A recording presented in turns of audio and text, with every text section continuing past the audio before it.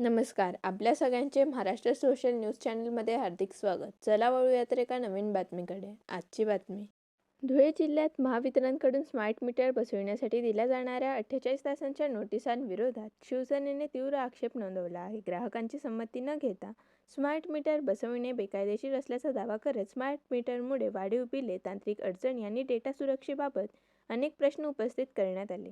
तसेच 4 वर्षात तिसऱ्यांदा मीटर बदलण्याऐवजी वारंवार होणारा वीज पुरवठा खंडित होणे, उघड्या डीपी, लोंबकळणाऱ्या तारा आणि कमी विद्युत भाराच्या समस्यांवर प्रथम उपाययोजना करण्याची मागणी करण्यात आली.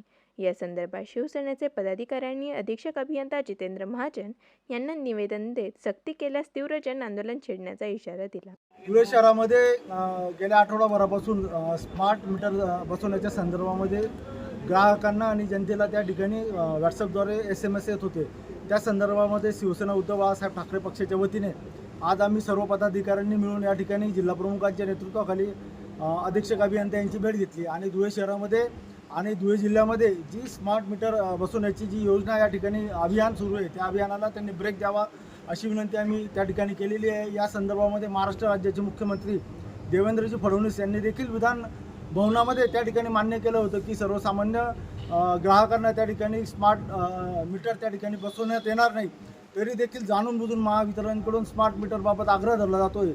मुळातच एकीकडे ग्राहकांना कुठल्याही प्रकारच्या सुविधा न देता या ठिकाणी अतिशय मोगलाई पद्धतीने महावितरणचं काम या ठिकाणी सुरू आहे. त्याचा निषेध आम्ही शिवसेना पक्षाच्या वतीने या ठिकाणी करतो आणि धुळे शहरामध्ये कोणत्याही भागामध्ये त्या नागरिकांना आम्ही विनंती करतो की कोणत्याही भागामध्ये अशा पद्धतीने जर स्मार्ट मीटर बसवण्यासाठी विद्युत वितरणचे कर्मचारी येत असतील तर त्यांना त्या ठिकाणाहून हाकलून लावा.